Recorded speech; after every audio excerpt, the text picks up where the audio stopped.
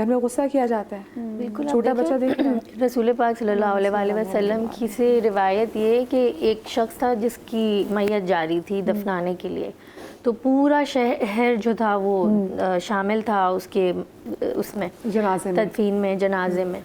تو لوگوں نے دیکھا کہ رسول پاک نے شرکت نہیں کی, تو انہوں نے جا کے پوچھا اور کہا کہ یہ تو اتنا متقی شخص تھا, اتنا اچھا تھا, نمازی تھا, اتنی خیرات دیتا تھا, اور آپ نے اس میں شرکت نہیں کی. تو آپ صلی اللہ علیہ وسلم نے فرمایا کہ اپنے گھر والوں سے اس کا رویہ صحیح نہیں تھا. او مائی گاڈ, جی ہاں, تو وہ ختم ہے نا پھر جسٹیفیکیشن کسی بھی چیز. تو اس لیے کہتے ہیں نا کہ the best amongst you is the one who is best with his wife. ٹھیک ہے, آپ میں بہترین وہ ہے. اور امام علی فرماتے ہیں کہ anger starts with madness and ends with regret. تو دس از دا جسٹ کہ انسان اپنی انسانیت کو کھو بیٹھتا ہے غصے کے جوش میں, غصے کے اس میں, جس میں آخر میں. تو اس لیے نا امام نے فرمایا کہ کبھی بھی بہت خوشی کی حالت میں وعدے مت کرو اور بہت غصے کی حالت میں فیصلے مت کرو. ہاں, جیسے وہ بالکل واقع ہے, کیونکہ آپ کا جو پری فرنٹل کارٹیکس ہوتا ہے وہ شٹ ڈاؤن ہو جاتا ہے, جو آپ کو ریشنل ڈیسیجن میکنگ میں ہیلپ کرتا ہے, اور جو آپ کا امیگڈیلا ہے جو فائٹ اینڈ فلائٹ میں چلا جاتا ہے وہ ایکٹیویٹڈ ہوتا ہے. جیسے انہوں نے کہا نا کہ جو 3 چیزیں کہ جو غصہ کرنے والا ہے اس سے فیصلے کی صلاحیت چھین لیتا ہے اللہ پاک. بالکل, اور یہ جو ہمارا فرنٹ پارٹ ہے نا یہ ہمیں انسان بناتا ہے. جو ڈیورسز ہیں یا کوئی بھی بڑے سے اقدام گھر میں, اگر بہن بھائیوں میں لڑائی ہے, کسی کو جائیداد سے آگ کر دیا, یہ سب چیزیں تو غصے میں ہو رہی ہوتی ہیں. بالکل, ٹھنڈے دماغ سے تو کبھی کوئی کچھ نہیں کر رہا ہوتا. بالکل, اور یہ جو فرنٹ پارٹ ہے نا ہمارا brain, that is what makes us human. تو انہوں نے کہا نا کہ وہ حیوان ہے, حیوان ہے, حیوان. تو امیگڈیلا تو حیوانوں میں بھی ہے, انسانوں میں بھی ہے, but the prefrontal cortex is our speciality as a human being, جو غصے میں بند ہو جاتا ہے.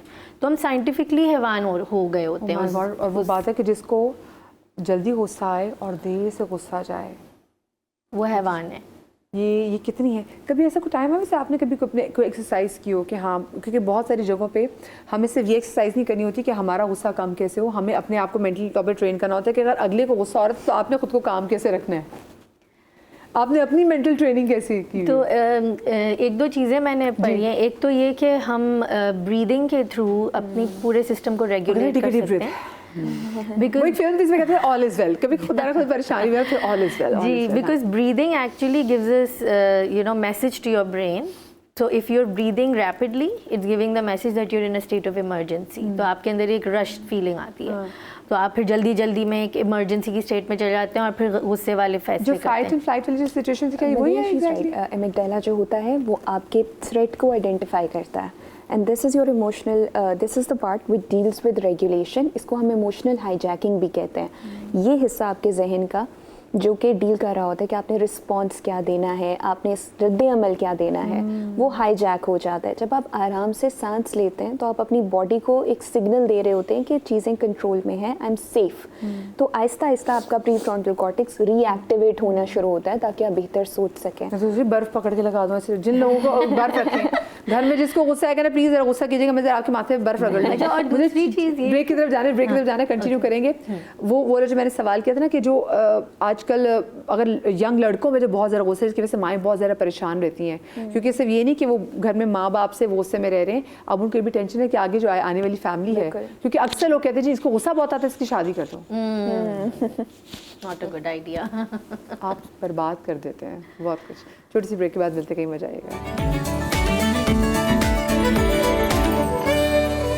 جی جناب, welcome back after the break.